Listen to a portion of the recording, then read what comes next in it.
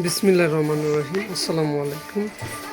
তো আলহামদুলিল্লাহ আমাদের আব্দুর রহমান এক ফার্মের এই বকনাটা 1,45,000 টাকায় বিক্রি করে দিলাম 2026 কোরবানির মধ্যে।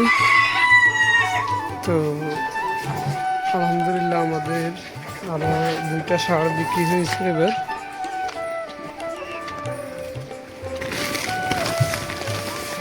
তো আলহামদুলিল্লাহ আমাদের এই ষাঁড়টা 1,65,000 বিক্রি হয়েছে।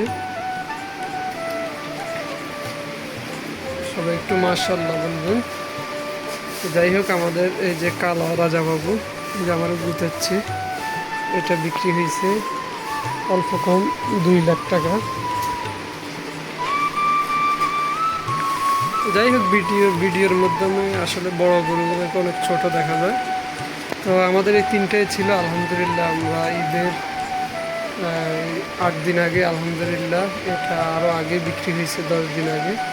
ওটা আজকে শেষ দিন, লালটা বিক্রি হয়েছে। তো প্রায় 10-15 দিন আগে আমাদের গরুগুলো বিক্রি হয়ে যায় আলহামদুলিল্লাহ। আর আমাদের এই 2টা আছে, এগুলো আমাদের ইনশাল্লাহ 2027 কোরবানির জন্য আমরা তৈরি করব।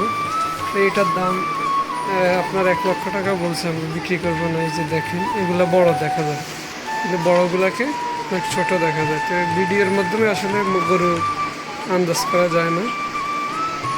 এই যে দেখেন, কালোটাকে ছোট দেখা যায়। তো যাই হোক, পবিত্র কোরবানে আসলে সবচেয়ে সুন্দর ভালো মানের গরু সবাই চায়। তো এই জন্য আমরা ইনশাল্লাহ চেষ্টা করি হালাল খাবার দিয়ে, ভালো মানের খাবার দিয়ে গরুকে তৈরি করার জন্য। এই গরুকে কোনো বাজে খাবার খাওয়াই না।